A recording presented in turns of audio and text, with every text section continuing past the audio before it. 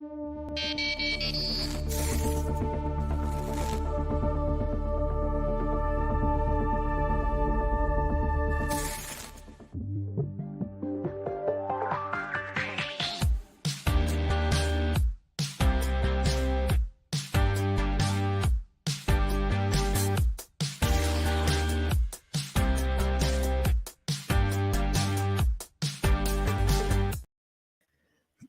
for joining us for the March 17th, 2023 episode of Den Excelsior, the Mostly Marvel podcast. I'm Dennis, and I'll be your host as we recap the latest super news that caught our attention across the multiverse. But as the show title suggests, it probably will be mostly Marvel. Later in this episode, we'll be putting a spotlight on Shazam. I believe that was a 2019, 2018, something like that, directed by David F. Sandberg. But before that, we'll be getting into some nerd news, and by some, I mean a lot. For those of you tuning in, don't be shy. We love hearing from you in the comments. And if you can't get enough of us, you should visit patreon.com/denxmedia, where you'll find a variety of creative offerings, including recent episodes of our live after show, The Soapbox. Patrons get exclusive access to chat with us. But if that's not your thing, don't worry. We release them to the public at a later date. Also up there right now are new episodes of We Have Spoken, the Mandalorian podcast that we do, as well as Cracking Snap, which is a show that I do with a friend of mine, and we talk about Marvel Snap for about an hour. Lots of stuff over there. But okay, formalities are out of the way. Let's get my co-host out here. He's the Freddy to my Billy, I think, or is it the other way around? It's Ricky.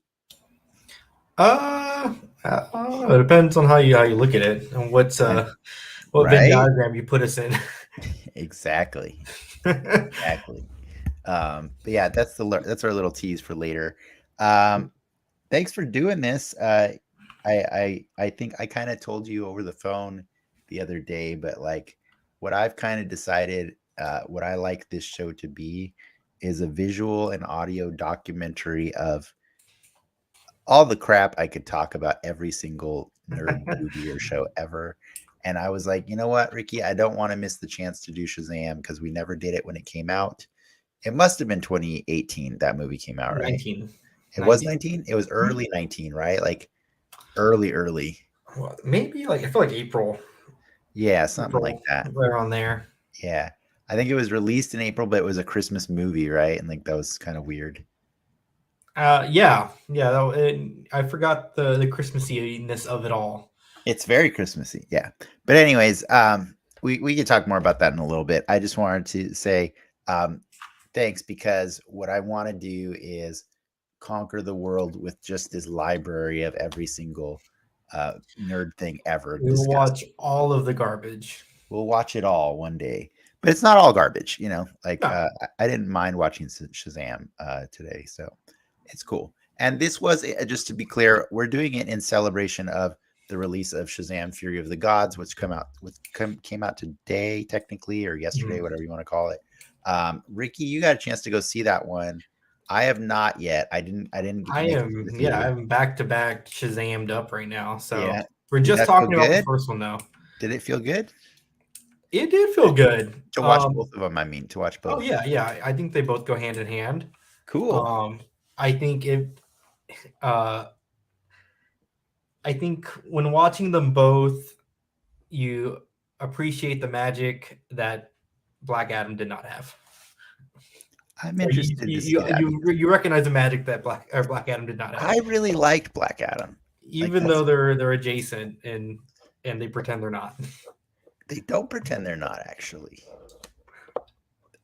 Or they don't pretend they're not. The Rock is in. He's in Shazam. He's in Shazam. He is. There's a bald, and he produced mixed race man in Shazam. No, they actually scanned the Rock's face for that. Yes, okay. They did. It has actually is. They do allude to an evil person, you know, many hundreds of years ago that did horrible things, like unleash the 7 deadly sins. And I'm like, I actually don't remember seeing that. Yeah, where's that movie? Yeah, exactly. So, you know, but they did use the Rock's face. They used his likeness for that. So in any case, we can talk more about that later. What else? What have you been nerding out on lately? I mean, The Last of Us ended, Yes. right? I need to rewatch it. I watched that finale. We celebrated St. Patrick's Day last Sunday, so I was not 100% in tune with everything that was going on. Why did you celebrate it last Sunday instead of today? It's because it was a Sunday. I don't know. You're wearing It's green right now, bro. what? You're not wearing green right now.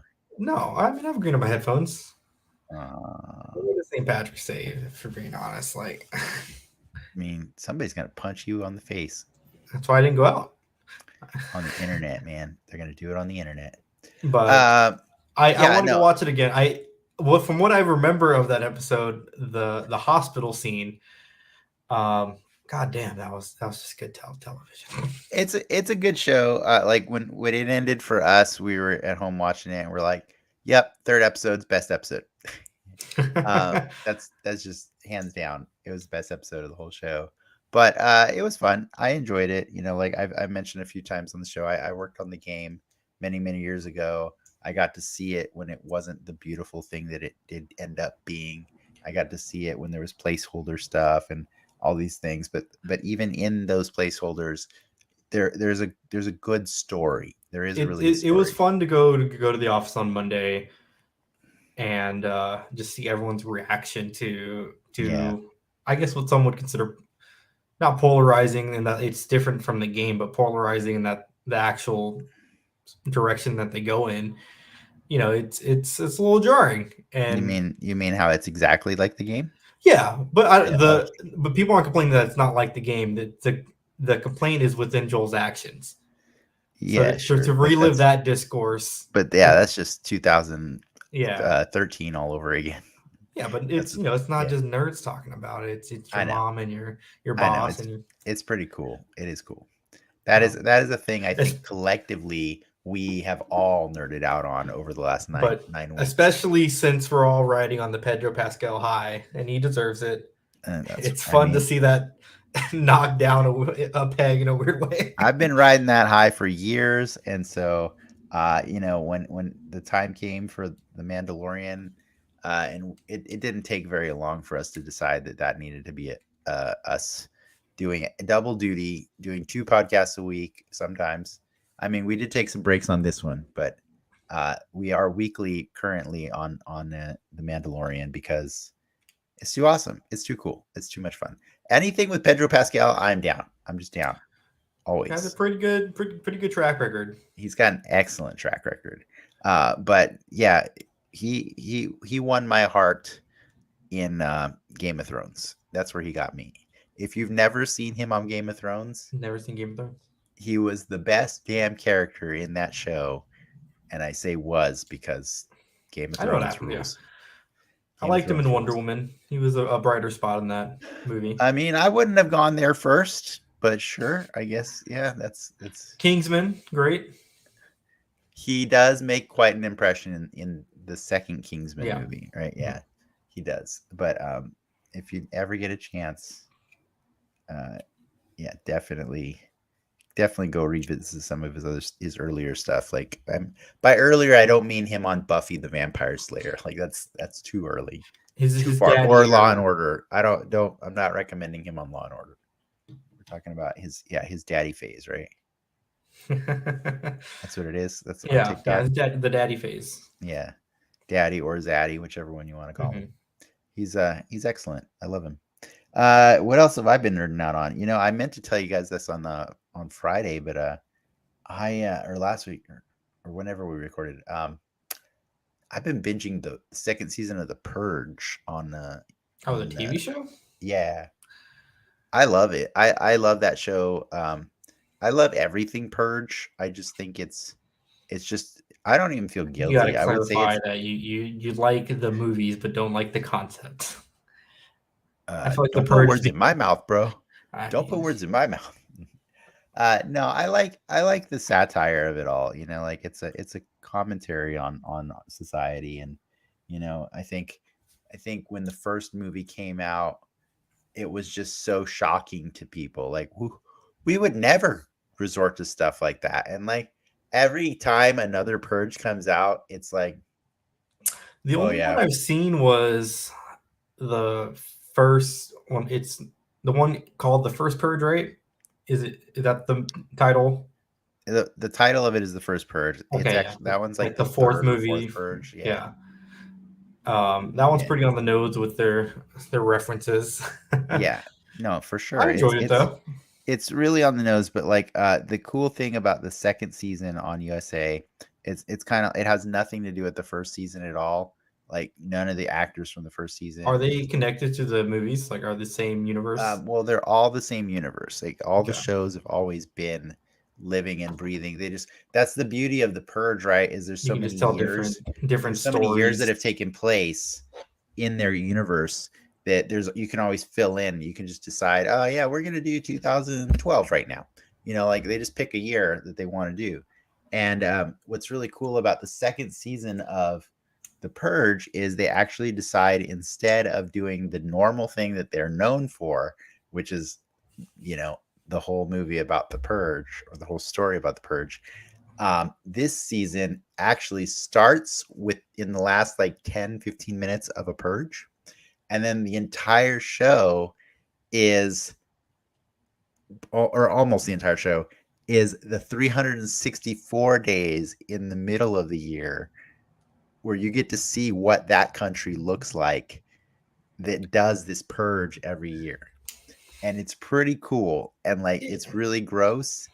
And oh man, when you see them have like they have a special holiday called Remembrance Day or something like that. And like, it's a place for all businesses to just get all their purge stuff on sale, so people are never not thinking about the purge or talking about the purge. And like, it's constantly on the news. Like it's it's like the American holiday to just like beat all American holidays. And it's super gross. I highly recommend that season. It's fun. But the coolest part is each episode kind of opens with like a cold open that has nothing to do with the main story, just more like world building stuff. And there is an episode that has a very special cameo from somebody from the very first movie, and it's pretty cool. It's pretty awesome. I don't remember the first movie. I guess I've never seen it. So.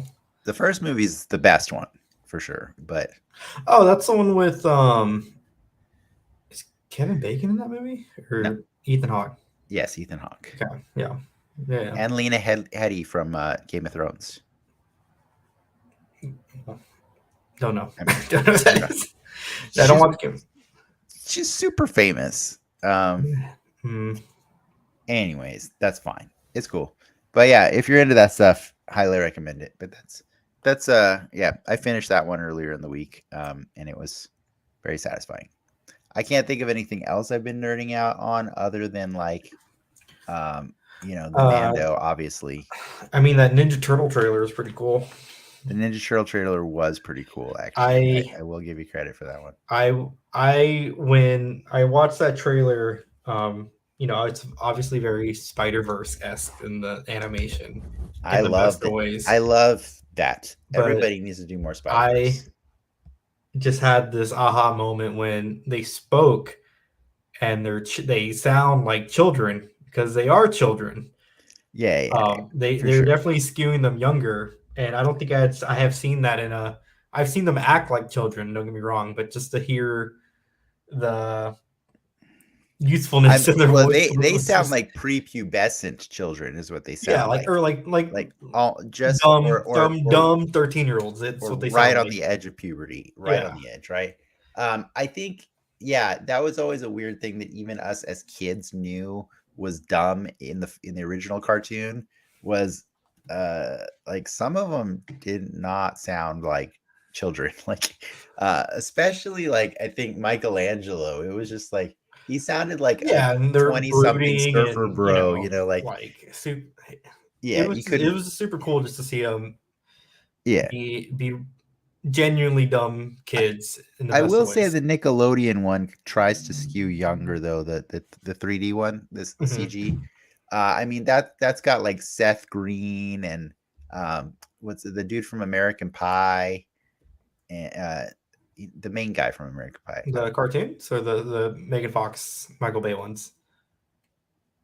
Megan Fox, Michael Bay. No, I'm talking about the cartoons. Yes, Oh, okay, okay. yes, the Nickelodeon cartoon, the CG cartoon that was from like 2012 or something like that. Yeah, that they're young-ish, but they Mhm. do not sound as young as these people sound like old actors that got put through a voice processor, right? Like is Yeah. that what it is? Like they that is what it is, right? For the kids? For the new movie. No, they're kids. Oh, it's actual It's kids. actual kids. Yeah. There's a Oh. picture of all. I can't remember their names off here, but yeah, they are straight up children. Oh, okay. Probably like, That's I yeah, didn't know. maybe like 13 ish, in and around there. But yeah, they're Yeah. definitely kids in this movie, or Okay. they're voiced by kids. Well, I mean, like Miles Morales sounds like a kid to me, but he is not the person who Oh yeah, voices that him. dude, that dude's like 30 now. Yeah, exactly. That's what I'm saying. Like, so you never know with these voice Mhm. actors. Like, I just kind of assumed they were doing some because I saw the big names that are going to be in it. Like, there's a lot of famous people in that new movie, which I love. I love that. I don't think I've ever heard people have like a negative thing to say about the concept of Teenage Mutant Ninja Turtles. You know what I mean? Like people just love it because it just embraces all of the wonderful things that we love about comic books and just does whatever it wants to do because it thought it didn't think it would ever be this empire that it is now, right? They just dared to do a story that was fun for them to do. And now like the whole world never like turns an eye to something. Even if it's the dumb Michael Bay produced ones, like you still look at them and you're like, I do love Ninja Turtles though. You know what I mean? And that's why they made so much money with those two movies, right? Because it's so hard to say no to them. They're too charming of characters, you know. I love No, Ninja to Turtles. see him in, at least put in the right hands again.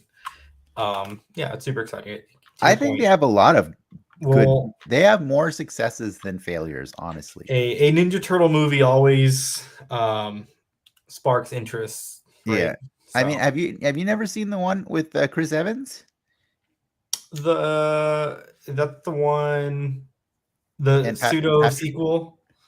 It's the pseudo sequel to the movies, Yeah, kind I of. saw that. Yeah, That was one of the first movies I saw by myself from that the movie past. is excellent. I never get tired of watching that movie. I didn't really Patrick care for little Stewart's in it. monsters. Patrick Stewart's in it. And then like I wouldn't mind what watching that again. Sarah Michelle Gellar is Rachel. We can watch that one when the new one comes out. I would watch that 10 times over the live action ones. It's so I would good. watch the Bay ones. Have you seen the second Bay movie? Yes, I've seen the second B movie. No, I kind of like the second one. I mean, there's charming things in there, but like, no thanks, dude. Like, it's like that is You like get inner space. I get that's fine. TMNT But too. you gotta pick which Ninja Turtle we want to watch when the movie comes out. All right, fair enough. Yeah. Okay. That's how we do. We do an old one, then we do a new one. That's how we do it. So that's why we're doing Shazam today, because next week we'll be talking about the new movie. We just wanted to give people time to not spoil it, like right away. Oh, don't watch the trailers to Shazam because they spoil something I huge don't in watch that the movie. trailers really. Okay. I don't need To the to. point where the director tweeted, like, "Hey, this kind of sucks. Don't watch the trailer." I won't watch the trailer. Mm. It's fine. I can wait. I'll probably see it on Monday. I'm excited. I am really excited because there are it's I, we are the mostly Marvel podcast, but we do have a lot of love for DC as well, like a lot. And so I'm never shy about like wanting to throw a bone to DC whenever they got something new. We did the whole season of Peacemaker last year, right? Like, or was Yep. that last year? Yeah. I have. We did a whole season of Harley Quinn. Like, we'll do it Oh yeah, we whenever did they that too. whenever they give us something that is really juicy that we really can get behind, we're down. And so I got to say that the DCEU, it's always juicy enough, right? That we have to go see it. We have to talk about it. I know that like I've heard other podcasts and stuff talk about how like just it's a joke how terrible they are, but like I don't truly believe that they're terrible. I think that there's a handful of them that are terrible. But for the most part, there's still a lot of love that goes into these DC movies, and there's really important names are behind them too. And so I like Shazam in the grand scheme of things compared to a lot of the other movies. I mean, the Chris Nolan movies are my peak for me. That's the Well, best. I think they're the issue with everyone's perception of the DCEU. There are some big misses. Let's just like not I front mean, about that. yeah, But they rode the Dark Knight and Nolan stuff is peak DC and like top tier cinema. Like that yeah, movie lives in that echelon of yeah, films. for sure. So when you're chasing that high again, that bar is astronomically high. That's a bar. Would you say a Marvel hasn't gotten to that bar yet, or no? I mean, the best Marvel has gotten is Angela Bassett was nominated for an Oscar this year for supporting actress. But nah, dude, like nothing. Like to me, Marvel has not quite reached that level of storytelling. You know, The Dark Knight Mhm. is the both Batman Begins and The Dark Knight. Those two movies together are masterfully told. Just so meticulous in every single thing that you see on that screen and every word that is spoken matters to that story. Uh, and I won't even knock The Dark Knight Rises too. I love that movie. I know that one gets a little sloppy at the end, and I know hardcore Batman fans get a little upset at choices that are made. But I think the fact that they really told the full life of Bruce Wayne in those three movies is super rad. You know, like I think that's super cool. Yeah. I never Um, expected to be spoiled that hard. You know, even Spider Man didn't do that for us, right? Like Spider Man didn't end at the end of his career. He no, just it just ended. it put him in the spot. It just ended, and it's like maybe there'll be another movie, maybe they won't. You know, like you know what I mean? Like But it's to the haters out there. It is a you got to keep that in perspective, right? It's you flew almost too close to the sun, and chasing that high again is well, there are a lot of Batman fans that would say that's not true because the thing about Christopher Nolan's Batman's is it embraced only the most realistic aspects of that character, you know what I mean? mhm. But like it chose to like cherry pick stuff from the Batman universe. So like we've never gotten still a fully realized Batman that's cool. And in that respect, I will say the one that Affleck played was the closest to being all the different ridiculousnesses of Batman, but you know, they just made him a stone cold killer, and that was like, I mean ah, that you guys were close. warehouse fights, that was still up there. They were close, but yeah, for me, no one has ever really hit the mark like fully because it's a lot. There's a lot to Not to cover pick in that from, movie. yeah, a lot to cover, Yeah, but I think Superman has been done better in a lot of ways as a character, especially the Christopher Reeve movies. I think that's why people hold them in such high esteem because after all this time, it's still a pretty good telling of his story. Like it's all encompassing, you know. So, but anyways, we could do this forever, but we're not going to do this right now. We'll do that we when got we we got some when I news. make you watch that movie. I'll make you watch Christopher Reeve Superman one day. Still haven't It's seen it. it's great. But for now, why don't we get into the stuff that's current? Let's talk about some news.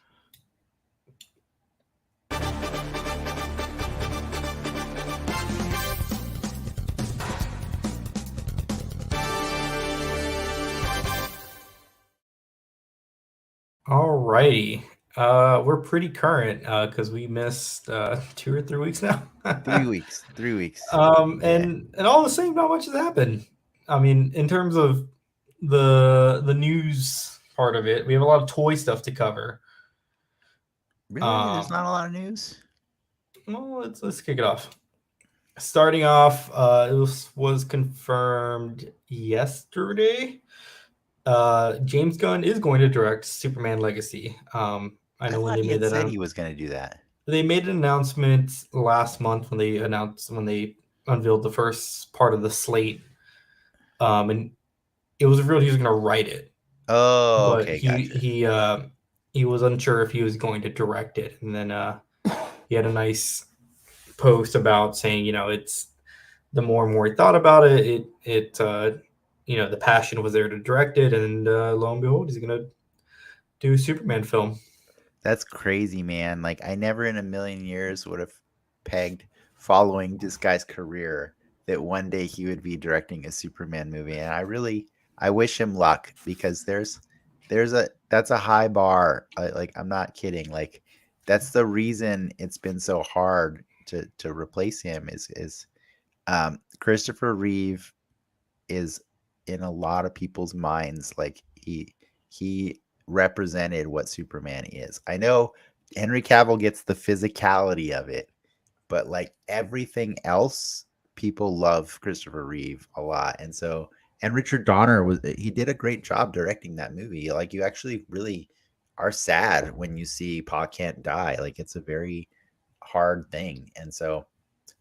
Good luck, James Gunn. I'm rooting for you. I'm rooting for you. We'll also be rooting for What If. This came out of nowhere like 2 weeks ago. I've seen this. Um, Yeah, so little backstory. Um, Probably about a month or so ago, some Funko Pops of What If season 2 started floating around. I know, Because that right? show's like in this weird nebulous state. It's announced, but there's no dates, there's no nothing. It's just kind of on deck. But a Funko Pop of a brand new character named Kahori um, Yeah, was kind of leaked, and everyone was like, "Well, who's that? That's no one we've ever seen before." And Marvel came out and unveiled it. Um, so basically, Kahori, or the story that she takes place in, is going to ask what happens if the Tesseract fell to Earth and landed in the sovereign Hadusani Confederacy before the colonization of America. So she's a brand new character, brand new hero, who gets Tesseract powers, and that'll yeah. be a What If season 2 episode. You know, I see where this is coming from, and I think good job because Marvel has some things to atone for. There's a really interesting story that Neil Gaiman wrote for Marvel called 1602, or it's called Marvel 1602, I think. Mhm.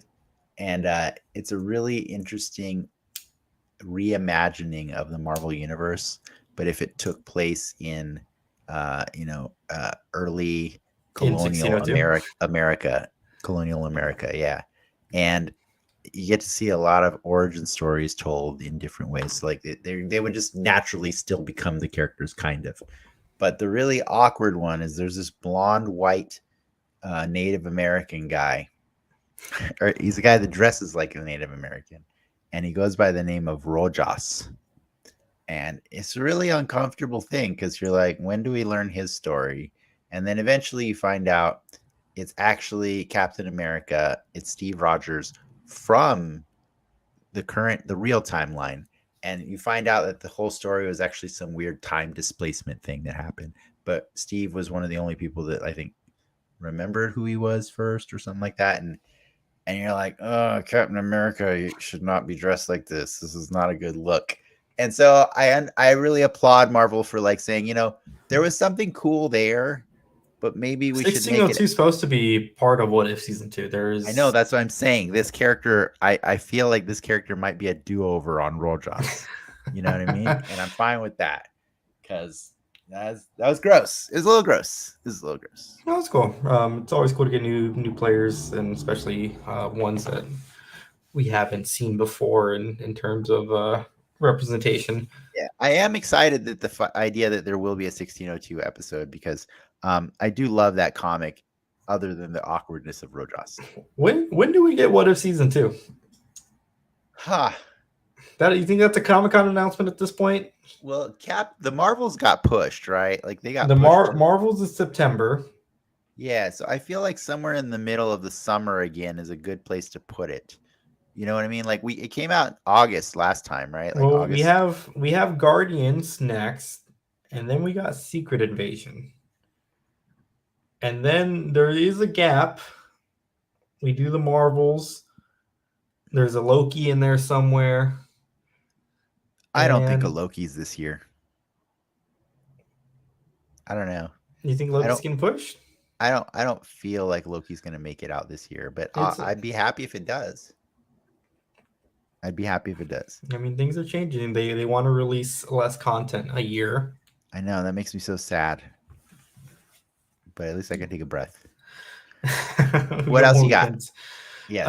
That's it for my curated news. But I'm gonna give you all the time for your to reflect on your bank account. Oh my gosh. Oh, you skipped one already. All right. So it has been 3 weeks. It's been a lot of toys to cover in 3 weeks. I'm actually going to go in reverse order. So I'm going to talk about the most recent stuff that's been made available. So yeah, Walmart Collector Con, if you want to call that an actual thing, whatever. Yeah. It Most started like, exclusive of conventions. what's up? The most exclusive of Yeah, conventions. it's an exclusive convention that they now hold about 3 or 4 times a year to sell like their special exclusives that they secured from Mattel and Hasbro. So You've seen this guy before, though. I've shown it to you guys before. Mhm. I've shown it, but I'm just saying this one finally went up for pre-order today, or no, yesterday, something like that. It's a Craven the Hunter, done in the animated style with the ridiculous colors, and it's on a retro card. And then they wanted to surprise us by revealing they had another exclusive to Walmart. This one feels weird. It's a Hawkeye Ronin figure. So it's Hawkeye when he dressed as Ronin briefly in the beginning of the show, right? I mean, you dress like this in an Endgame too, so Yes, but the difference is he didn't have a mohawk in Hawkeye. So it's the same figure, guys, but it's a brand new head of Jeremy Renner. That's what it is. Okay, sure. Yeah. Yeah. And then that also went up at Collector Con. Squadron Supreme. And then a couple days ago, Squadron Supreme, the 2-pack that I showed you guys about a month or two ago, they didn't say when it was going to go up. It went up for pre-order this week. I'm pretty happy about that one. And then last week, oh sweet Jeebus, basically a surprise wave of Spider-Man Legends that came out. But what was the biggest surprise is because they teased this only a week earlier on their first live stream of the year. And what really surprised people is because they seemed to be holding back on saying what the Build-A-Figure was. They were like holding back a little bit of info about this. And it turned out it's because they screwed us all and they did a whole wave of figures that are all new characters that have no business. Oh, sorry, except for Tarantula, that have no business being on retro cards, and they put them on retro cards so that they wouldn't have to sell you a Build-A-Figure. Well, is Rose a comic character, or is he not in the show? Okay, the Rose is also a comic book or a classic character. Yeah, they finessed everyone else. Here, we'll go through these all. So we got 2 new versions of Ben Reilly from the comics. So new, I don't even know them. You got Chasm on the left, who's an evil version of Ben Reilly, and you got his new Spider-Man outfit on the right, which is like an askew, like a slightly crooked spider across his chest, and it's a red and black outfit. It's cool. I like the eyes on him. He's cool looking, and he comes with that sweet toe articulation, but only on the one on the right, not on the one on the left. Isn't that weird? They're both supposed to be the same guy. Yeah. That's so weird. Expensive toes, I guess, right? Then we got the Rose, and we got Elektra Nachos as Daredevil. She's cool. That feels a little cultural appropriate-y, but yes, I do think she looks cool. That's a cool costume. It is a very cool costume. I love it. Oops, I went too fast there. And then we had 2 red and blacks, 2 red and black spider peoples. We have Miles Morales in a new like hoodie type outfit. That one's weird to me. I don't know. And then we got Jessica Drew in a new red and black Spider Woman with just the tiniest bit of yellow accents on it. It's a pretty cool costume. I like it. And then to round off this wave, we finally get a Marvel Legend of Tarantula, who is a ridiculous character with giant pointy feet. This figure has never been made in Marvel Legends line. There has been a Marvel Legends adjacent figure made in one of Hasbro's other lines or Toy Biz's. I don't remember, But yeah, it's Tarantula. Look him up. I'm not going to talk about this guy. He's ridiculous. And then beyond that, Hasbro wanted to let us know that this year marks the 60th anniversary of Avengers, the Avengers in the comics. And so, because of that, not just Hasbro, all of Marvel will be doing an activation this year called Beyond Earth's Mightiest. It's similar to the activation they did last year, which was Beyond Amazing for Spider Man. Just like all kinds of stuff is going to be out there, all kinds of product this year. But they wanted to show us a tease of a lot of the special Avengers stuff that they'll be putting out, and they just showed them they showed us a mind-blowing amount of stuff. So we got two things that are new firsts for Hasbro. We've never seen a Hasbro version of Iron Man Mark 1, and it looks freaking great. It's a good looking figure. That is an amazing figure.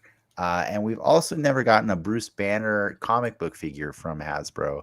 And so this Hulk that comes with him, this is to recreate the first issue of Incredible Hulk, I believe, or the first appearance where he actually is standing behind him and he's wearing an orange shirt. Yeah, his colors back then were orange and like blue and stuff, you know.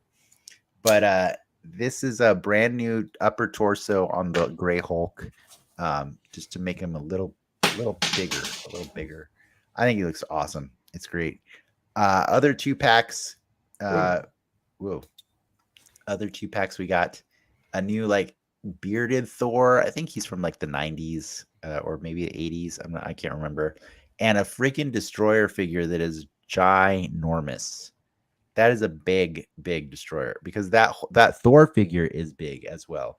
And then they're also going to be putting out a vehicle version of Hawkeye that comes with the Sky Cycle, which is the one featured in the old Avengers arcade game.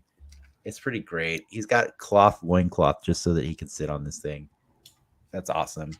Some more 2-packs. They're trying to hit all the different eras of the Avengers. So, you know, we saw the Iron Man and Hulk from the first era. And then here we are in the 90s with some 90s ass boots on Cersei and a 90s jacket. Cersei? Yeah, that's Cersei. And a 90s ass jacket on the Black Knight. It is hilarious. And then from another 2-pack is from the 2000s for Secret Invasion. We're going to get a Skrull Queen Varenki as Spider-Woman. Spoilers for anybody who's never read Secret Invasion. Sorry, she's the big reveal, which I'm excited for the show because that means I won't know who it's going to be because they're not using Spider-Woman. You know what I mean? And then also a Super Skrull in Avengers style, you know, so he's got like some Doctor Strange stuff and some Iron Man stuff and all kinds of other Avengers powers he's stealing, little bits and stuff like that. Yeah. And then an old school 80s one, man, Secret Wars is getting a 2-pack of a Secret Wars Doctor Doom and Secret Wars Spectrum, aka Monica Rambeau. Oh my god, this thing looks freaking awesome, and I can't tell you why other than the fact that like I had that Doctor Doom when I was a kid. It was my first Doctor Doom toy. And he had that weird thigh band. You see that strap across his thigh? It's so stupid. Yeah, is that? I don't know why. Does that do anything? I don't know why. Is what's it called? A girdle? It looks like a metallic garter belt, dude. Like, I'm not gonna hold his metal pants up. All I know is I had the tiny 5 points of articulation version of this figure as a kid, and now when I see it in this full, 6-inch Marvel Legends format, I need it now. I just need it. I need to have this thing. Also, some other cool individual figures. We're getting a brand new Bucky cap.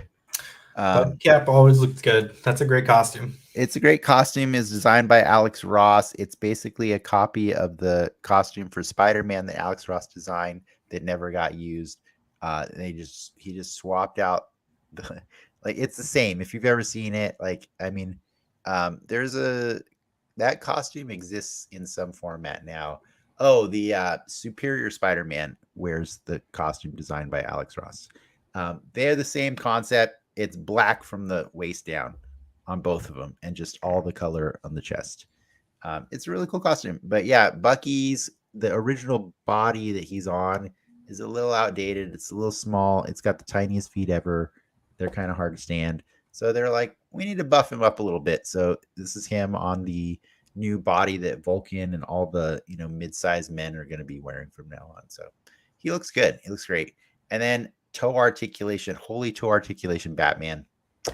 We got Black Widow with bendable toes, and she looks freaking great, right? Like, Yeah, I like the you're able to get her in some cool poses. I like the bob cut, yeah, it's little great. variety. She looks very classic. And then, yeah, don't make me explain this thing. I don't know how It's the they're thing releasing you this. fought in the Avengers game. There is a super adaptoid in the Avengers, yes, but the super adaptoid also exists in the comics. I think this thing's 18 inches tall. Um, he's huge. He's really big. Uh, I don't know how they're releasing him, but he is big and green, and he looks like the super adaptoid. It's hilarious. And then I think they had one other secret reveal, which they just teased to celebrate that Beyond Amazing, or not Beyond Amazing, Beyond Avengers, whatever campaign. We will be getting an Avengers themed Has Lab at some point in the year. No news on what it is. Ricky, do you want to speculate what it is? A giant man. I think it's a giant man. You get a lot of big dudes. You're saying it's a Quinjet. I think I want it to be a Quinjet. Hmm. I think a Quinjet be really cool, or some sort of playset to Have go they with it. released a modern comic book Nick Fury figure? You mean Nick Fury Jr.? Yes. No. Okay. If it's a HasLab, you get him. Yeah, with a vehicle. Yeah. If it's a Quinjet. you get him. Yeah. Yeah, But probably. I think you're gonna giant man. I don't think so. Mm-hmm. Agree to disagree. And then yeah, you skipped one slide ahead earlier, but sad news for those that like the special 5 points of articulation line of Marvel Legends. Bootlegs. Rest in peace. These figures are they literally have the announcement was they are resting this line. That means to say that one day in the future they could bring it back, but the ones that are coming out next, I can't remember which ones they are. They are the last ones that I you'll think be it's seeing. these, isn't it? What's up? I think it's these guys.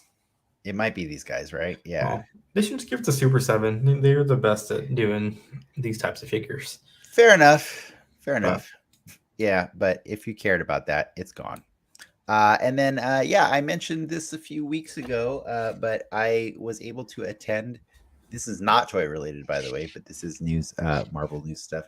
I was able to attend part of the live virtual event that they held yesterday for Marvel Unlimited Plus members to celebrate the 60th anniversary of the X-Men. So we have two 60-year teams going on this year. So there's going to be a lot of crazy merchandise. Like Hasbro only mentioned that the Avengers, but like they're going to be doing us dirty for the X-Men too. Actually, no, I've already pre-ordered a bunch of X-Men stuff. yeah, they Right? already got your X-Men money. They got my X-Men money, didn't they?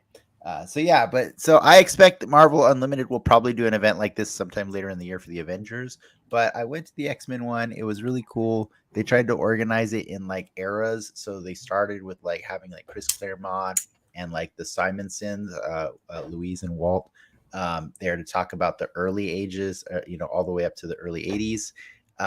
That was really cool. It was funny to hear like, this it's cool to hear like the stories about like how they get fans coming up to them all the time to thank them for helping them get through something hard in their lives, and these are just people that were just collecting a check to write stories because this is how they put food on their table. But I really appreciate the humility that they had talking about that stuff, right? Because like, I mean, I don't know about you, but like when I was growing up, like I knew a lot of people that loved the X-Men. like a I lot. mean, I feel like that's a very '90s thing. I Um, don't know that it's a 90s thing specifically because like there's a lot of people from ages older than that I I know mean, that I had the movies. That's where my love comes in. My yeah, enjoyment of the X-Men. but I think it's more about the theme of the X-Men that makes people feel like a special thing, right? It's that they represent the people who are the outcasts, right, Hmm. of society, and like everybody can always relate to one of those X-Men because they all feel like other, like everybody, all the other superheroes are just like great job Superman and stuff like that, but like the X-Men get kind of pooped on all the time, and like that's always been them throughout any decade, right? So like that's why it resonates with so many people, and that's why like they were back in the 60s, 70s, and 80s, they were the the comic. Like they were the comic. So going into the 90s, it just blew up, like it just went really crazy. Yeah, they were just always the comic. Like it was funny as I made friends in college, like, I was making friends They with were the all great these. unifier. They were, because like I would just constantly find friends, just like, we have spoken this week with Brian, and I'd be like, "Hey, what's your favorite Marvel stuff?" And he's like, "X-Men." And I can't tell you how many of the people that I know have said that answer. And it's always one of two. It's either X-Men or Spider-Man. Like it's I never get people that are like, my favorite one is the Fantastic Four. Now, and only once in my life have I met a person that loved the Hulk as much as they did, and I was a little thrown off by that. Like, it's funny though, but like, yeah, the X-Men's the one.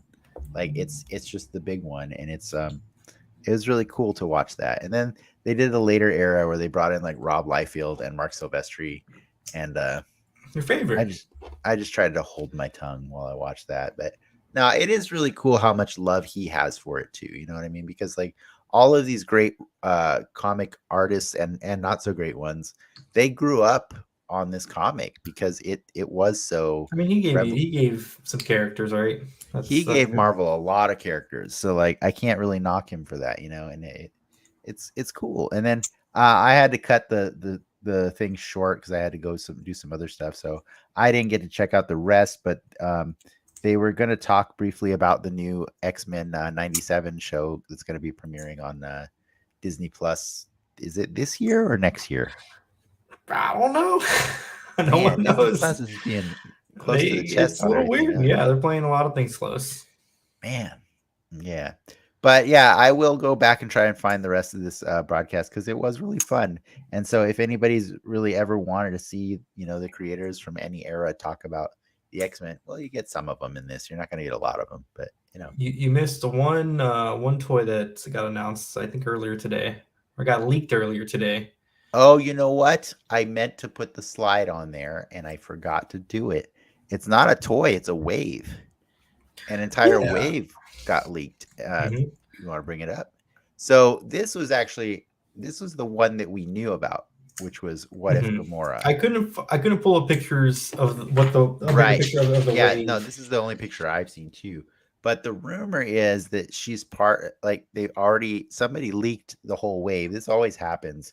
Somebody in like Singapore or somewhere like somehow gets a hold of the product, like test boxes and stuff like that, and they put the whole thing out there for the world to see. So this What If Gamora, like who is basically from the lost episode that we never got that was supposed to air. And I think they're moving that episode to season 2, right? Is Yeah, what the Tony happened. Stark one is. Yeah, this is Gamora dressed in Thanos's battle armor. She looks cool. I'm excited for it. It looks like But there's a Agatha Harkness down yeah, there. there's a whole other bunch of figures that are kind of hard to make out. But I think it's Agatha is one of them. The Kingpin's another one. Yeah, I see a white jacket, and the rest are a little muddy. Should have done the Hawaiian shirt.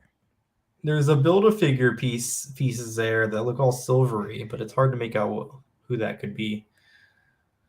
Yeah, I don't know. Yeah, I'll give it a week, and we'll Um, probably know more.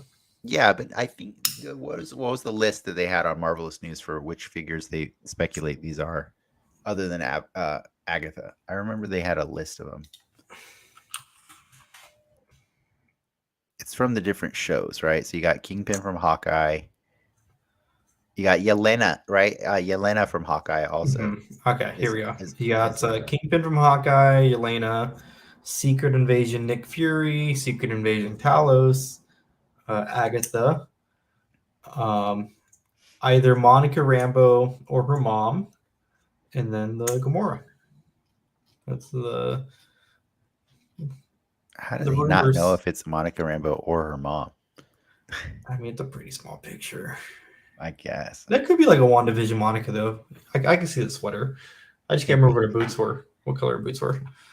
or from the Marvels. We'll see. Yep. Okay, cool. Well, that's all the news I got. Like, that was fun. It was a bunch. I don't want to take more time away from it. I think we should probably just get right into Shazam. You gotta say it. Shazam. Shazam!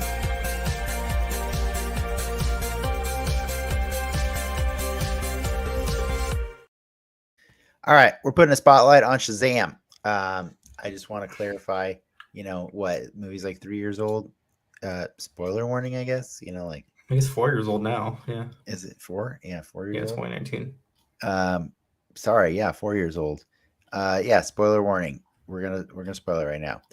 For a recap or kind of like a summary, a quick one, because there's a lot to talk about in this one. This one was in Philadelphia. Billy Batson is an abandoned child who is proving a nuisance to child services and the authorities with his stubborn search for his lost mother. However, in his latest foster home, Billy makes a new friend, Freddy, and finds himself selected by the wizard Shazam to be his new champion.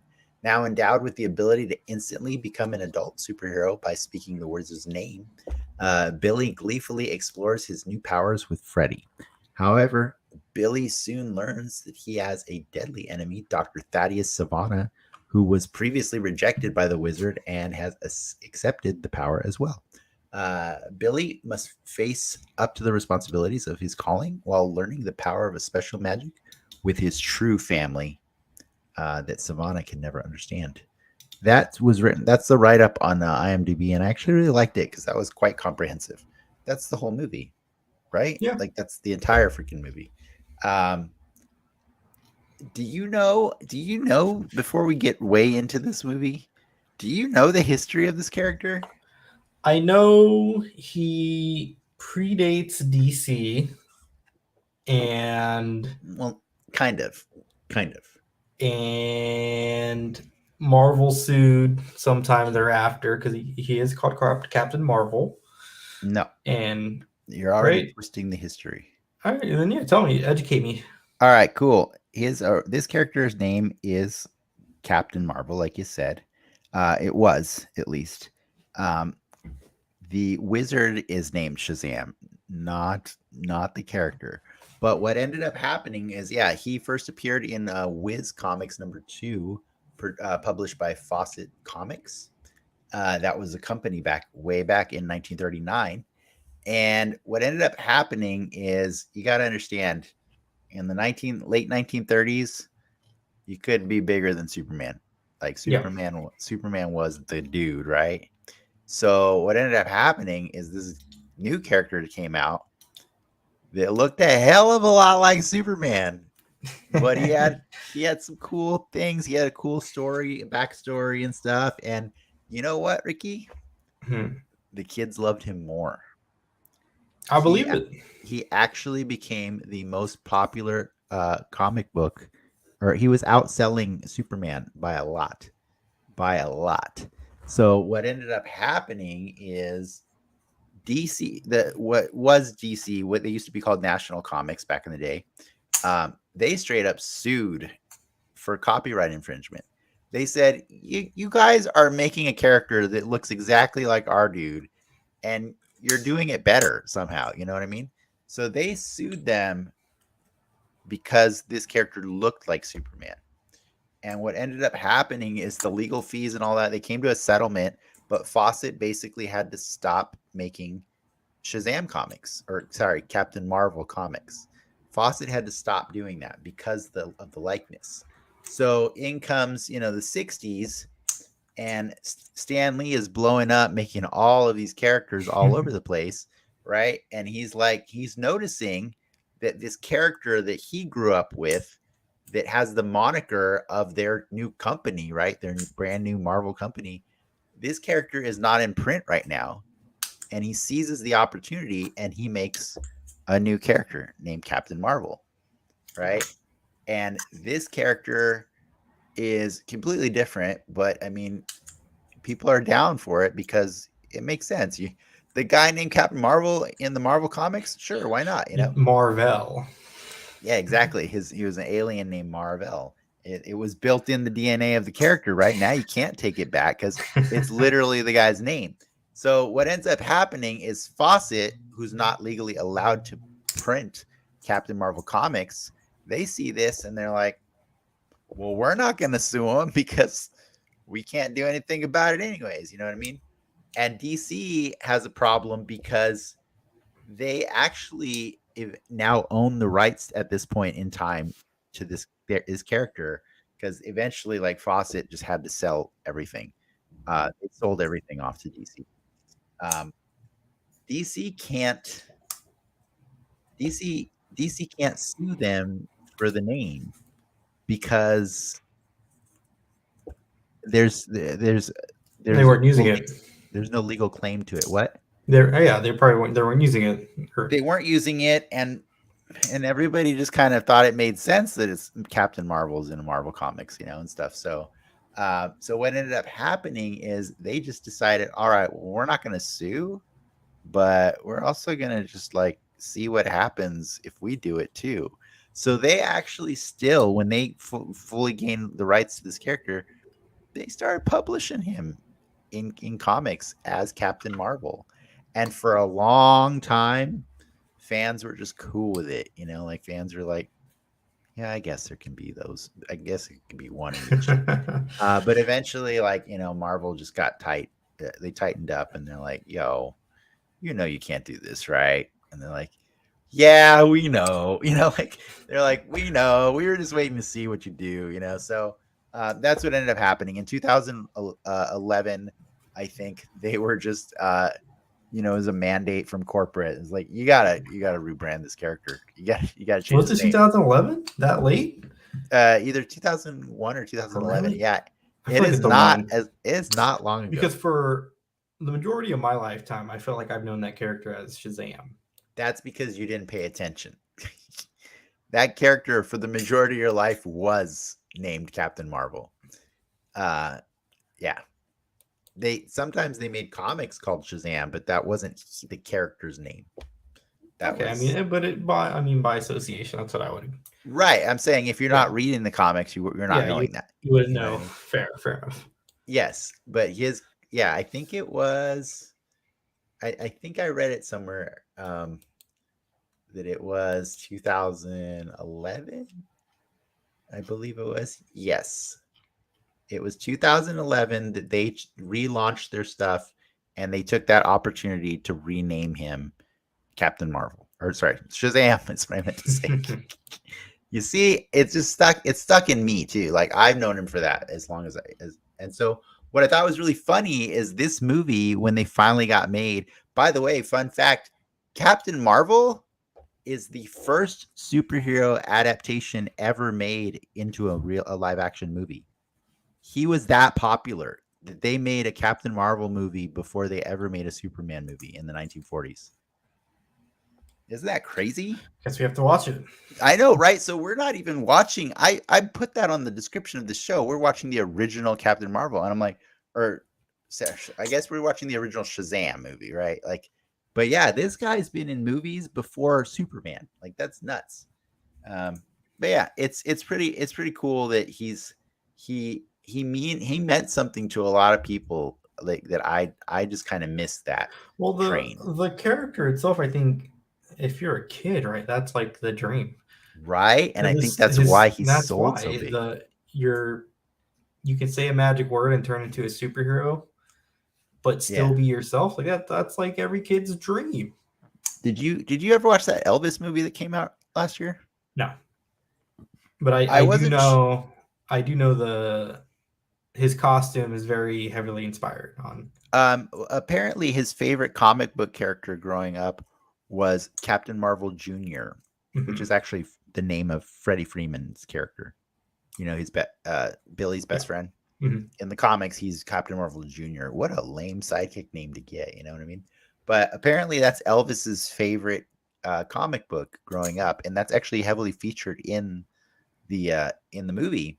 But yeah, I guess he based a lot of his Vegas costumes off of that. That's pretty funny. Yeah. There's a lot of weird stuff with Captain Marvel, but in any case, he's not Captain Marvel for the sake of this show.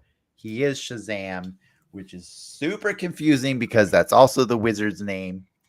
Um, Captain and Marvel, the Brie Larson movie also came out in 2019. yeah, I was gonna say, and you Let me know what else remind they have you. in common? The wizard. Jaimin Hansu is in both Yes, movies. Jerron House. Yeah, he is. Jaimin Hansu is in both He's in movies, both and that's movies. so funny. Do you think he even knew that he was in both Captain Marvel movies Oh at the yeah, same yeah. time? I met him at the Yeah. zoo one time. Fun fact. But I always wonder if, like how many people do know that story, that long story that I just told you about Captain Marvel and Shazam. And it's always confusing, like to people when they hear it for the first time. But I can't help but wonder if Jaimin just took the check for both movies without ever knowing that, like, the hilarious comedy of he managed to be in both movies at the same time. Well, I mean, to be fair, in his Marvel uh, position, he was in Guardians first, right? Right. So he, you know, he knew. He had to have known. I don't I'm sure know. he knew. Yeah, he had to I have known. feel like you could play that character without knowing the history that I told you just now. Hmm. Anyways, Shazam the movie. Hey, I gave you backstory. You got the backstory. So yeah, this movie, he's Shazam, and It's the origin of Shazam. I guess here's my first question for you. Really, Mhm. what was the big, like, marvelous moment? I'm still gonna use the word for you. What was that moment that you Like just marveled scene at in this movie? or Yeah, like what was the moment where you're just like, yeah, this is why you watch this movie. Like that's what I I'm think curious the about. scene when he reunites with his mom. Hmm. That's some heavy shit that they get into. I think a Interesting. lot of movies. I don't say this is a kids movie, but a lot of uh, kid starring movies dealing with the foster system. They Mhm. It's very surface level, and as part of Billy's arc to have him reunite with his mom, and then for him to find out that she willingly left him, and his whole sense of being is just crushed in that moment. I mean, I watched that, watching it again, I had forgotten he gives her the compass that she gives him, and kind of gives him this little life guiding speech at the beginning of the film. He gives it back to her, and she's She like, doesn't "What's even this?" remember what it was. Yeah. And I think it's a super powerful scene. So then, which leads to him going on the roof, and you get like the money shot of him jumping off, doing the Shazam, and flying All right. off. That I that mean, the that money was the it. money shots in the trailers too, right? Like, Yeah, but I yeah. mean, for me, within context to having that scene before, that's what makes that scene powerful for me. I feel you. Those are pretty good. Those are pretty good examples. For me, honestly, it's the moment where he realizes that he can give his power to his entire family, and all of those kids turn into the Marvel family. For me, that was so Did you think we heartwarming. were gonna get that in this movie? Like when you first watched it? No, I didn't think that, and because I don't really care enough about I didn't care enough about the character in the comics enough to know that all of those characters were those people. Like Mhm. it wasn't something I was mentally preparing myself for. I just thought I was getting an origin movie with one superhero in it. You know what I mean? I didn't think I was going to get six.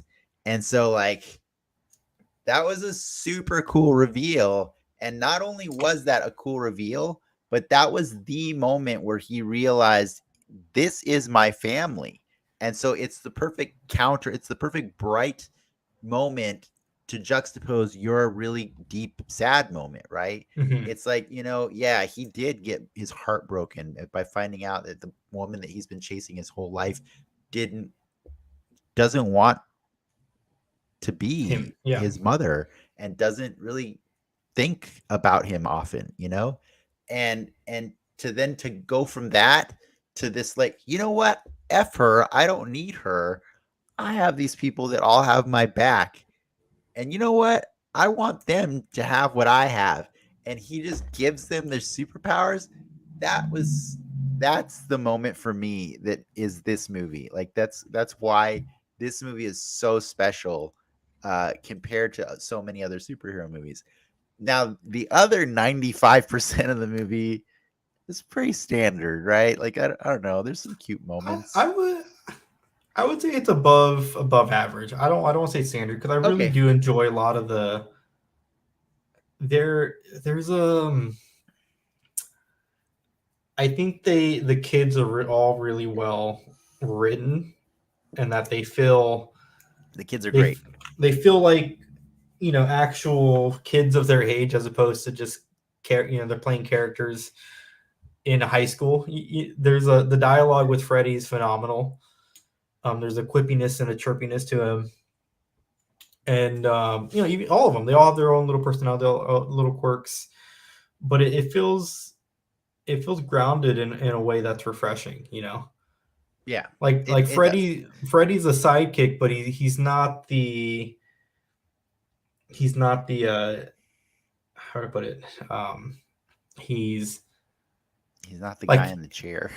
oh, he's not the guy in the chair. Like, it's funny to see him being excited for Billy for having the powers, and Well, it's he's like lusting over those powers, honestly, though. A but it's little also bit, cool right? to see the way he sees, their world, the DCEU, is how I want to see the DCEU. He's talking about Batman, he's talking about Superman, Yeah. Aquaman.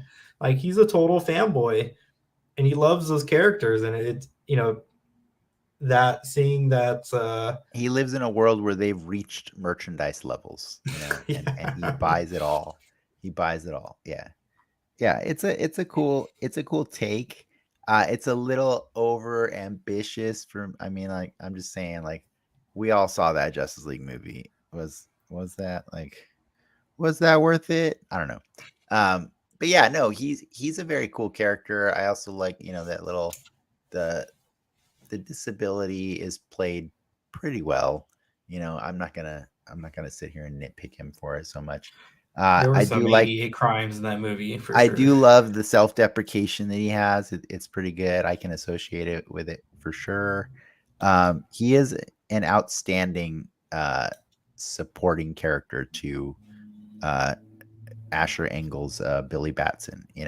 But I think the other star, the real star of the movie, is also Zach Levi, right? Because, like, here's the thing: he doesn't just have to play a superhero; he has to play a superhero that still relates to all of these wonderful child actors as if he is a child. And I think that is his strongest suit, right? Like, he never talks down to these kids like he's not on their level.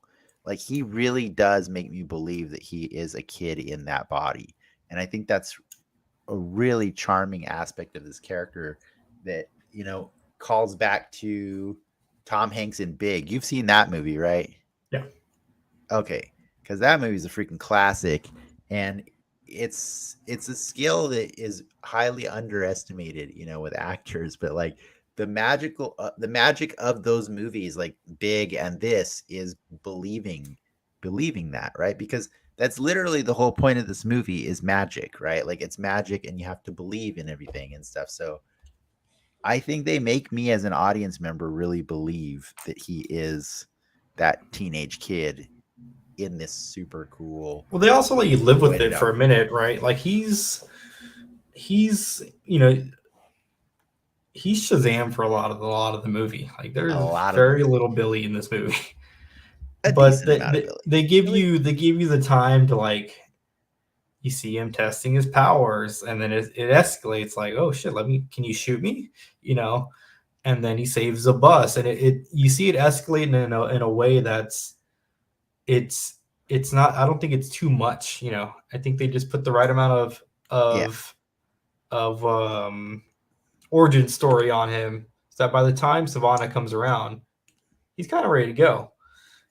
kinda, yeah. I mean, he's got enough. He's at the same level that Peter Parker was when the Green Goblin shows up, right? Like Mhm. it's comparable, right? You get to see him do the thing that all I ever wanted to see in a superhero movie is heroes behaving heroically, right? And so you do get that with Shazam. He does it. Like he starts by trying to save a woman from being mugged, only to find out she's totally capable of doing it herself, and she's that is an excellent scene, by the way. That is so cool. And then, like you said, that escalates to the convenience store, which is a phenomenal scene in its own right. But I think we'd seen the majority of the bit in the first trailer for the movie, right? I think that's Yeah. so it wasn't that the most surprising thing, or we saw it at Comic Con or something like that. I don't remember. Um, Excellent scene, right? But like you're right, each scene for the first 20, no, I want to say the first like 40 minutes of the movie, once Zach Levi shows up, he doesn't show up for like the first 23 minutes of the movie, which is pretty cool. Um, but when he finally shows up, I think they spent about a good 15, 20 minutes of him escalating the heroism, right? And like that's cool. That's all I need, man. Check that box. Then I'm down. I'm down to ride on whatever ride you want to give me. If the last half of it is silly, weird DC explosions and stuff like that, that's fine. But at least give me the heroism. That's why I'm so favorable of Wonder Woman 84, right? Because like they gave me what I needed in the first half of that movie. And so whatever garbage they want to tell at the end, it's it's fine, whatever. But I think the cool thing about Shazam is it's not really garbage at the end. I think the garbage is kind of more like in the somewhere in the middle. I wouldn't say garbage, but it's just it it's the savannah of it is what makes it a little weird. I think it's a complete movie, where I don't necessarily think I would cut any of it out. But to your point, it is a beefy. It's a long movie. It's It's a like it's long it's movie, a and long I think ass and I think Shazam movie. as much as I love Mark Strong and I like what he did with Mhm. Savannah, I don't find the character Savannah interesting. And I don't find No, you get his a bad guy of the week vibe with him. yeah, you get a bad guy of the week and I think that the scale of it was really epic, but it wasn't told in an epic way, right? This bad guy was going to release the seven deadly sins on earth to do whatever they do, as demons.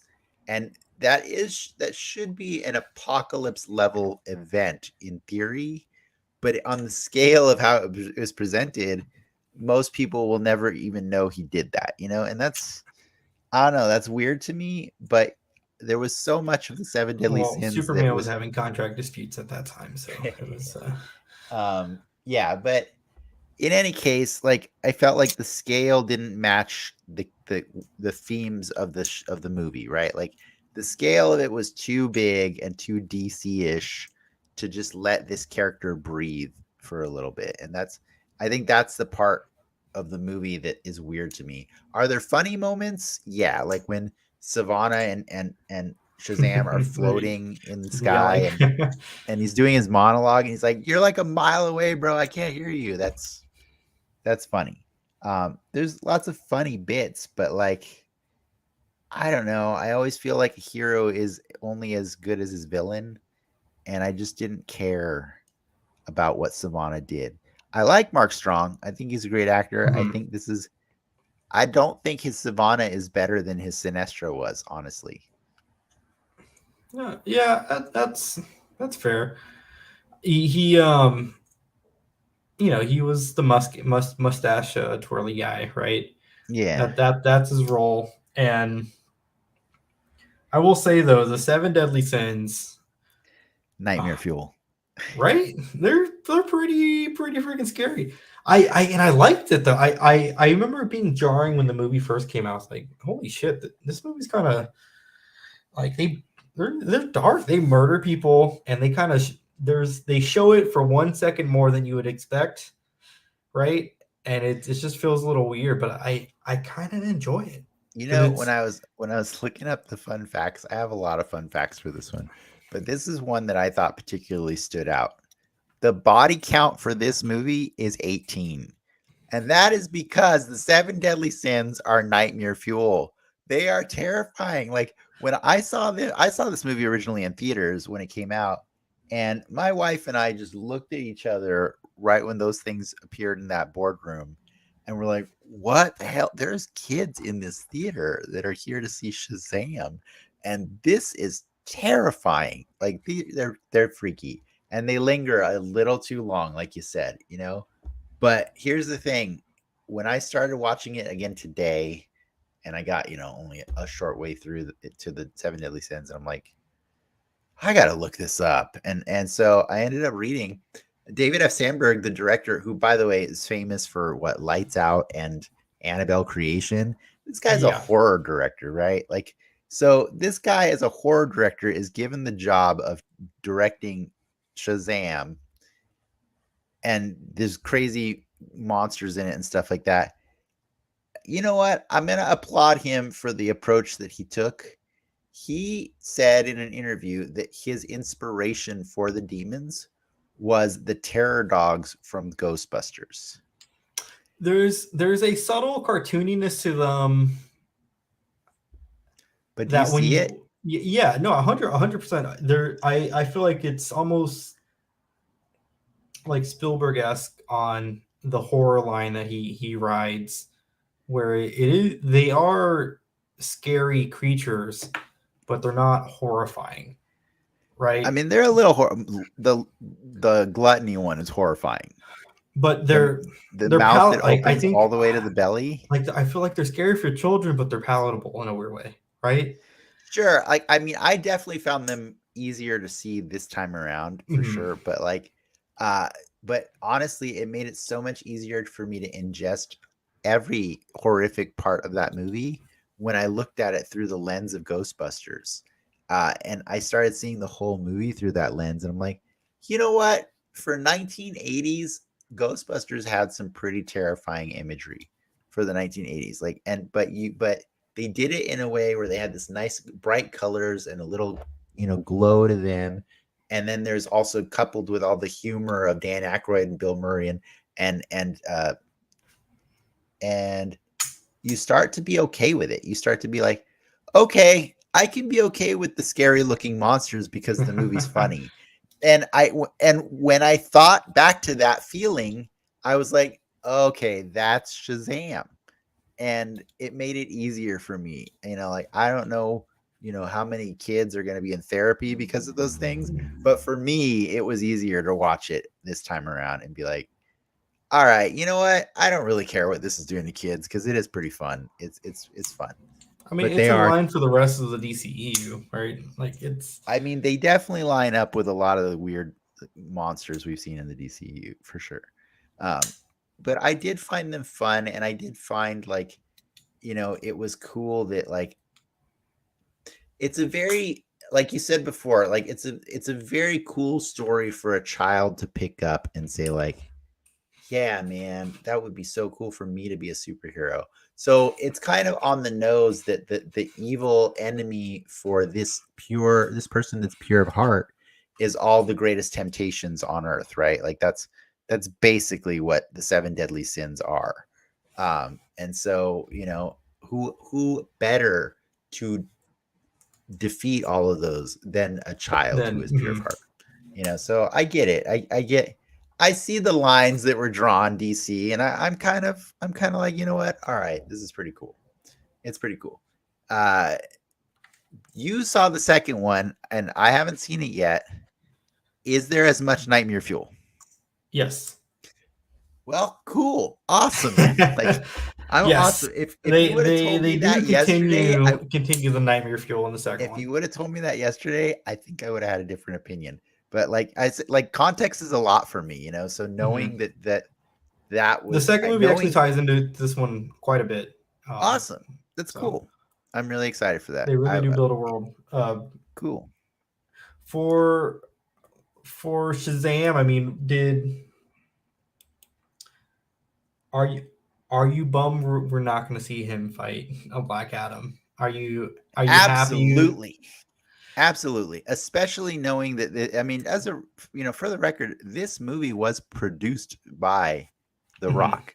Like he basically reached out to his fans years ago and said, "Hey, I want to do this. Which character do you want me to be? You want me to be Shazam or you want me to be Black Adam?"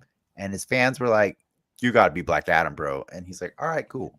But if I'm going to do that, I'm not going to be the villain in this guy's movie. I'm going to be in my own movie to to set up the big clash The one big day, like." fight. And I'm like, cool idea, not the greatest of smoothest of executions, Oh no. but I still wanted it so bad. I wanted it more than I wanted Black Adam versus Superman. That doesn't make any sense to me. What? Why are we doing that fight? I want the real fight.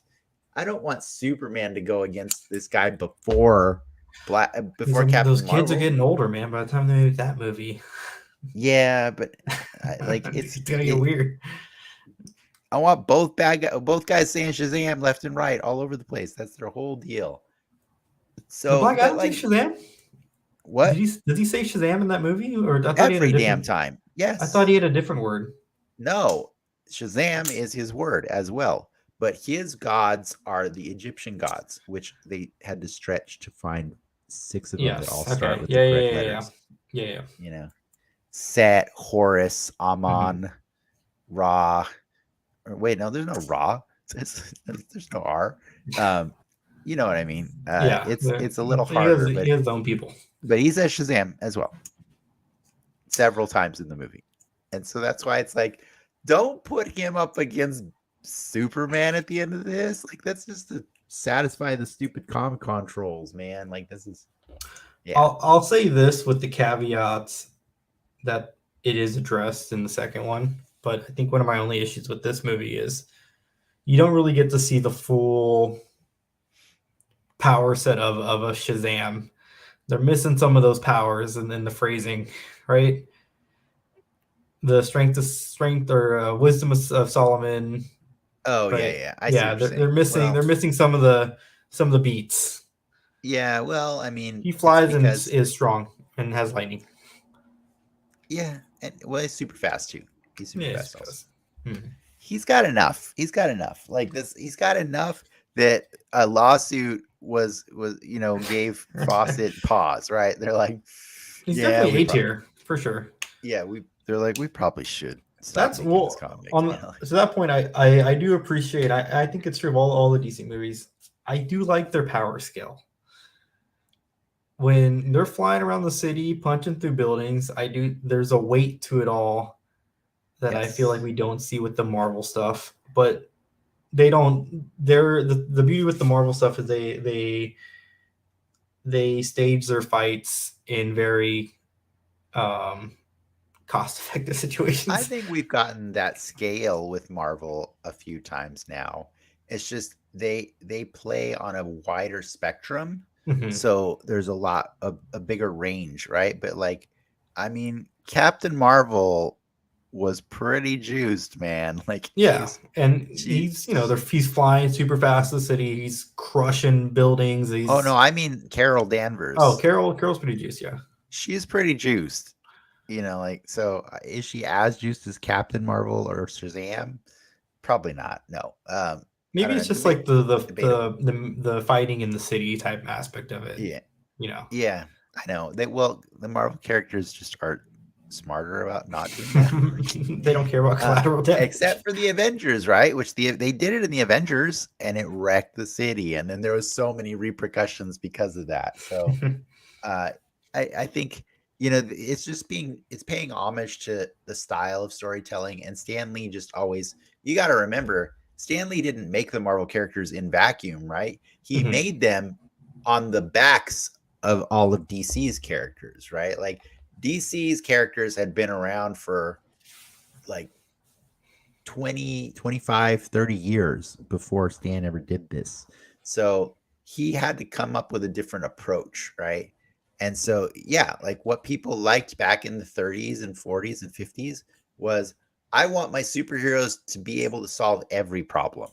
And so that's why they are gods, like that's like literally what the DC universe is. So, yes, it is cool. It's just like, I think there's a thing about it that prevents them from reaching the heights that Marvel does. And I think that's because right now in society, just like maybe back then in the 60s when Stan Lee created them, people want characters they can relate to, right? Mhm. Like I think, or what I mean to say, people always want characters they can relate to. But I think right now in this time that we're living in, people find it more relatable to have these characters that have all these real world problems, and so like the DC characters do not have real No, world yeah, the problems, Marvel like characters are definitely people first, yeah, superhero second, and it's kind of the inverse in the DCU. like I mean, even Shazam himself, right? He is like the ultimate fantasy for a young boy, right? Like to be able to do everything he does, like, and still you could still go to school the next day and like pretend that you're not, a superhero. Like he is major wish fulfillment. And that's cool. Like, I mean, most of DC's characters are in some way, right? Like, so um I do like the scale, but the scale requires a lot of lifting, right? And so it's Mhm. it's hard. Now, with that said, I will ask you, in the context of this movie, was there any moment that felt a bridge too far for you? Like that your suspension of disbelief was just like, nah, I don't know about that. I don't know if there was like a moment that was a big leap. Maybe the Shazamly stuff, because I think that I felt like that was a lot to pack into this movie. I think you could have done this movie without, like, that's the Really? post, but the post credit teaser of like, Oh man. I mean, I think it was so much better that they chose to do it in um the movie. what was your like eye roll moment? I don't have one, and you know why? Hmm. Because my rule in general is I turn my brain off the second magic is involved. Like if you say magic in your movie, you get a pass. And I let a lot of things go, like because every time I'm gonna nitpick something, I'm like, I don't know shit about magic. Magic's just whatever it wants to be. When he catches the bus with his two tiny little hands and his hands are pressed against the glass like of the windshield, and he's supporting the entire bus with his hands on the weight of the weight of the bus on the shield or the windshield. I don't know why they didn't break. I'm gonna It's assume tempered magic. glass. I'm gonna assume magic. Tempered glass. It's tempered enough that Made in when two America. people fell against it, it cracked. These are cracked windshields They are already. hard-headed people. Uh, but you know what I mean? But then I say to myself, maybe he's got like some magic aura. I don't know. Like maybe he can just do that. Like and it makes me allow for so much weird to happen. And maybe that's just magicist of me. I don't know. I've just always let my brain accept anything that happens when the word magic is in there. And so I put that question in as a landmine because I wanted to see where you sit on that. And so now I know. It No, was the I mean, family. it's they're, as much as I'm not a Magic fan, I it You it's accept that it it comes with its own rules, right? yeah, but they do a good job, I feel like, of showing, rather than hammering on your head, all of the magical reasons on why he can do the things he does. They just say like, oh yeah, he can do this, he can do that.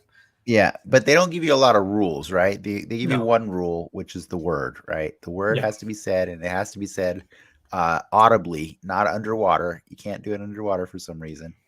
Um, but then yeah, you get to be the powers of all these things.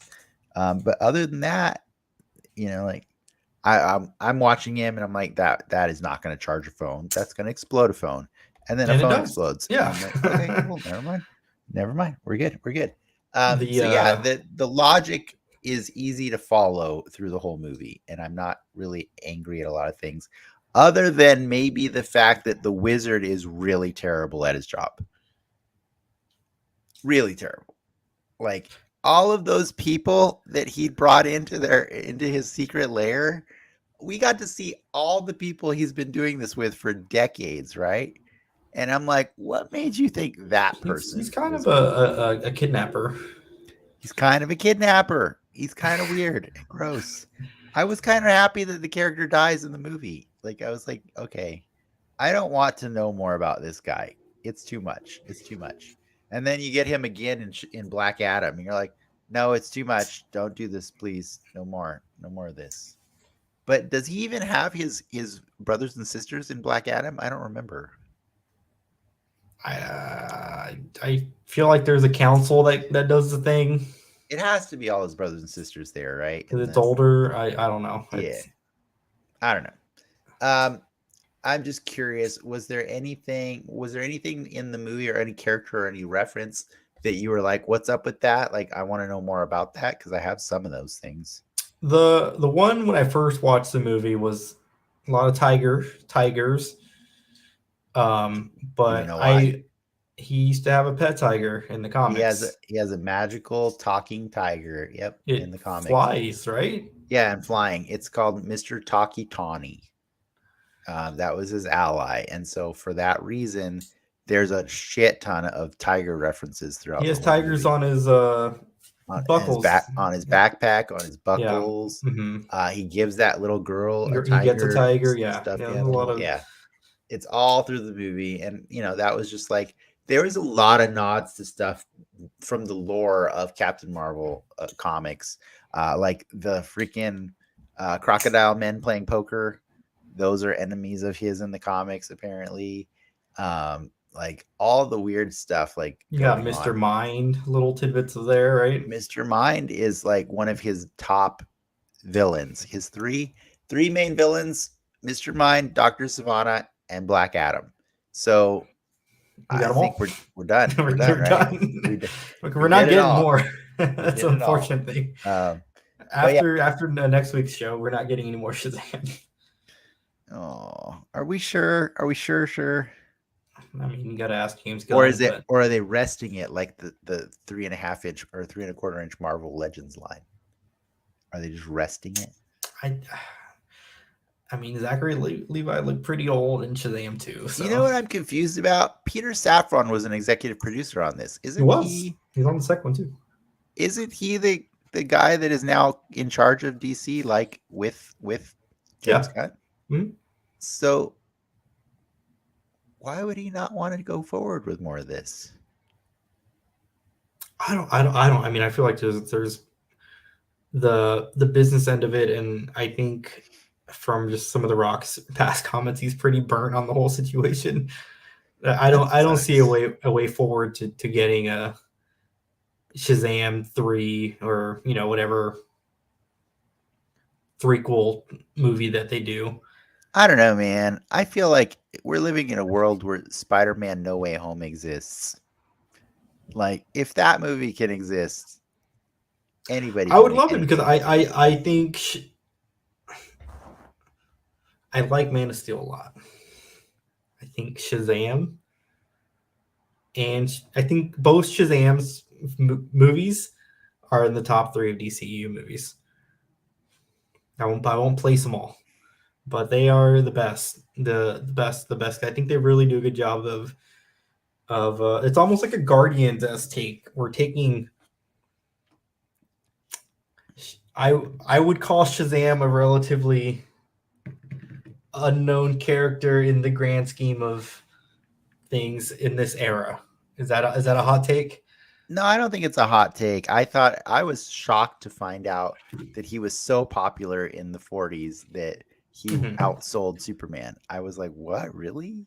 Like that was but news to me. That was news but to me. to So to to take the character, take the best parts of him, make him modern, make it fun, and just make it all work cohesively. I think that's a big accomplishment. I would love to see a third movie. yeah, I'm already excited. I'm really excited to see the second one. It was just It's weather more and of a the lot of same other. in the best of ways. I'm really positive on the second one, and watching this one right after just reinforced the whole thing. It's like, yeah, these are solid movies. Or are Awesome. they great by any stretch? No, but are they rewatchable? Are they funny on the second rewatch? Sure. Yeah. That strip club scene never ceases to make me laugh. That's hilarious. That's the most teenage boy thing ever. I thought the buying the beer was the most teenage boy thing ever And then they first. spit it out, and Yeah. I thought for me that was like that was that's the perfect teenage boy scene, that an entire convenience store. The strip club, I felt like I would have played that harder than they did, but like I get why they didn't. But that's why I'm so surprised by the nightmare fuel monsters, because it's like, guys, you went hard on the violence and you just weren't willing to go there with that one. Okay. All right, that's fine. It's cool. Um, but yeah, I will say Dr. Savannah, I was familiar with his character only from playing tons of Marvel and DC versus. Um, and he was weird in this movie to me. And I learned it's because, yeah, they took some liberties with the character. he's He's just a a mad bad guy, scientist. He's a right? Like, mad yeah, he doesn't scientist do in he the doesn't have comic. the eye thing. No, he's a mad scientist. He does eventually in the more recent comics have a magical power that lets him see magic like around him.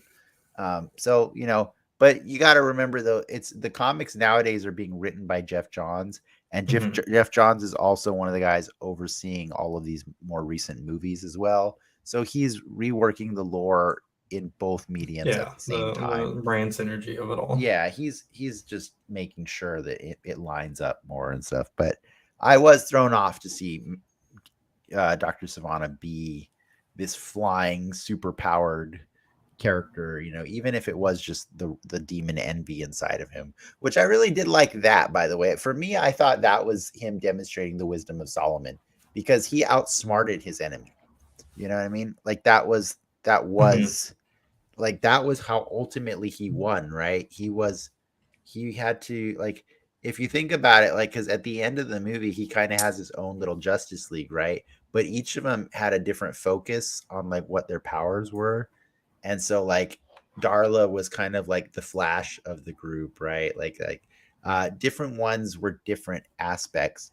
And I've read online that people consider Billy to be the Batman of the group, because one, he brought them all together, but two, he had to use his smarts to win at the end. Mhm. And so I thought that was pretty cool that a teenage kid outsmarting this full grown adult that runs like companies and stuff like that. I was like, yeah, like it Blinded was a by really envy.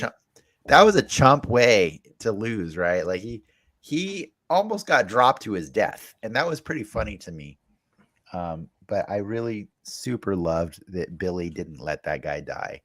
That that gets me every time, man.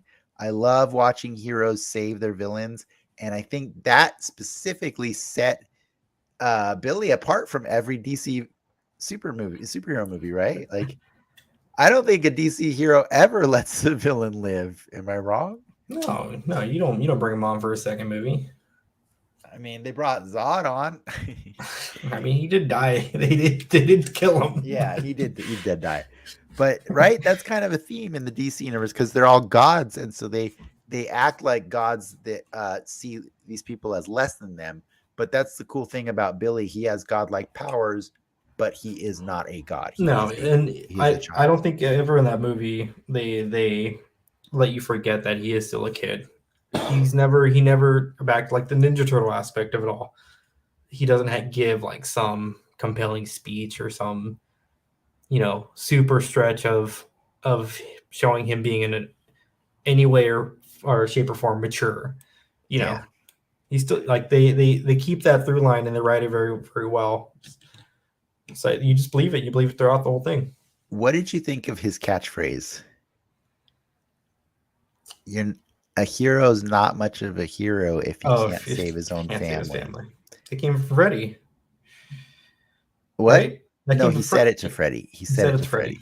Freddie. Hmm. And Freddie's like, hey, that might be your catchphrase. What do you think of that one? I think Batman would have a problem with that one, but Right? I thought it was kind of insensitive, right? I felt like he was coming from a place of, well, man, you don't know how some of your bros roll, but like Batman and Spider-Man would very much object to that statement. Um, yeah, I got the intent of it. I just couldn't help but think this whole movie kept reminding me that Batman exists. And yeah, I'm like, that's not a cool thing to say to Batman or Aquaman, bro. Like, or or Wonder well, this was before Woman, or Aquaman the movie, so things were all kosher for it's not during this before movie. Aquaman the movie. Is it Oh not? wait. Oh, sorry. It's before the movie, but he's already existed in the Justice League Yeah, because Freddy wears an Aquaman shirt. yeah. He did Yeah, his branding deals yeah. before going back under. Yes, exactly. And he's also like in the post credits, they try and see if Shazam has the ability to talk There's also to like Harley fish. Quinn merch in that toy store. Is there really? That's Yeah, gross. it's a little I weird. re- I read that David Sandberg didn't want to have the villains in the store, so maybe that's a production. Oops. There's actually a really fun so he directed Lights Out, right, which is based off of a short film he put out on YouTube. An That's how he got that amazing job. short film. But he continues to update to YouTube these kind of film studies of his work, and he does one of Shazam, and it's really fascinating because he really breaks down that fight scene in the mall, and he touches on a lot of the what worked, what didn't work. Some of his positives and negatives coming out of shooting that scene. There's even I think a shot in there where you can still see some camera rigging that he acknowledges. And Oh, it's I heard there's a scene in the mall where there's three people that look uninterested in the fight, and it's because it's actually three people working on the set, and they Mhm. accidentally got stuck in the frame. And so the movie went back in post and digitally added shopping bags to their hands to make them look like they were shoppers. That's That's pretty pretty fun. that's funny, dude. Like, but I recommend that's watching though. It's really if you're interested that in sounds just cool. film isms and just watching people. I just appreciate his openness to his work. He's not. It's not. Yeah. He's Yeah. down to clown with the Well, criticism. he doesn't pretend that he didn't find success super fast, right? Like he went No. from Lights Out to doing several movies really quickly. And by the way, none of them are as good as Lights Out. Like Lights Out is like a 3-minute video that Oh is yeah, just the Lights Out movie was kind of amazing. weak, but No, that the was movie's terrible compared to the 3-minute clip or 6 minutes. I can't remember how long it is. It's either 3 or 6 minutes. yeah. It's terrifying. Don't watch it if you're a scaredy cat, especially if you're scared of the lights turning off. Don't do it. Don't do it. Scared of the dark. But Um, I hope he gets another crack at Shazam again, or just let alone play with a DC character or jump ship to Marvel because I really like the direction and tone that he brings. Um, like I said, if you look at it from the point of view of like this is a guy that grew up with Ghostbusters, it makes the whole experience really work because there is so much Ghostbusters DNA in these movies, like just the flowiness of it, all the demons and stuff too, right? Like the way they like the, dissipate when you the try and wisp and the yeah, the dust. wisps of them exactly. Like it's very good. Like that gluttony one looks a lot like he's related to Slimer in the worst of ways ever, right? Like it's pretty cool. It's pretty cool. But yeah, I think. Do you have anything more to add to this conversation? Because we've been doing this for a while, and I think we got to cut it off soon. No, it's Shazam's great. Uh, Spoilers, I like Shazam too, and I can't wait to talk about it next week. All right, awesome. Mhm. What would you say on a scale of 1 to 10? Was Shazam the first one be? What's my 10? What's my one? What is your 10? You tell me what your Are 10 we is. ranking DC movies, or are we ranking? I mean, I think sure. it's a Let's. solid. That's I'll give it a number. It's a solid 8. okay. Cool. It's rewatchable. It's funny. Um, it's unique.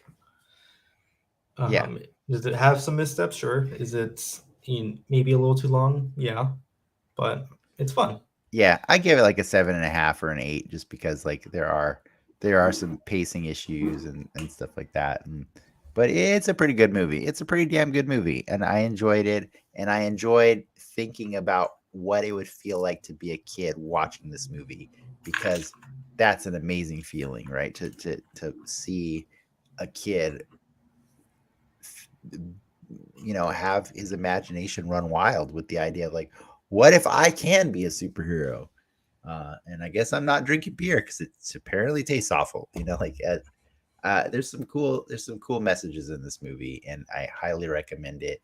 Just wait till your kid's like, I don't know, at least 10 to watch it with them, just because those monsters are too much, dude.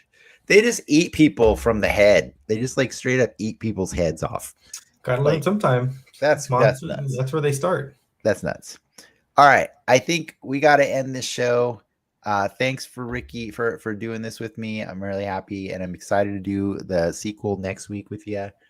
Thanks to our patrons for supporting our growth, and to our audience for tuning in. I see you guys there. If you had fun, please remember to like and subscribe, and check us out on Patreon for all the other stuff we got going on. We are not doing the soapbox tonight, though. Sorry, guys. I got an early morning from coming up tomorrow, so I can't really stick around with Ricky tonight. But there's lots of other stuff on there to go check out. So patreon.com/denixmedia. I think that's it for us. You want to say it, or should I say it, Ricky? Go for it.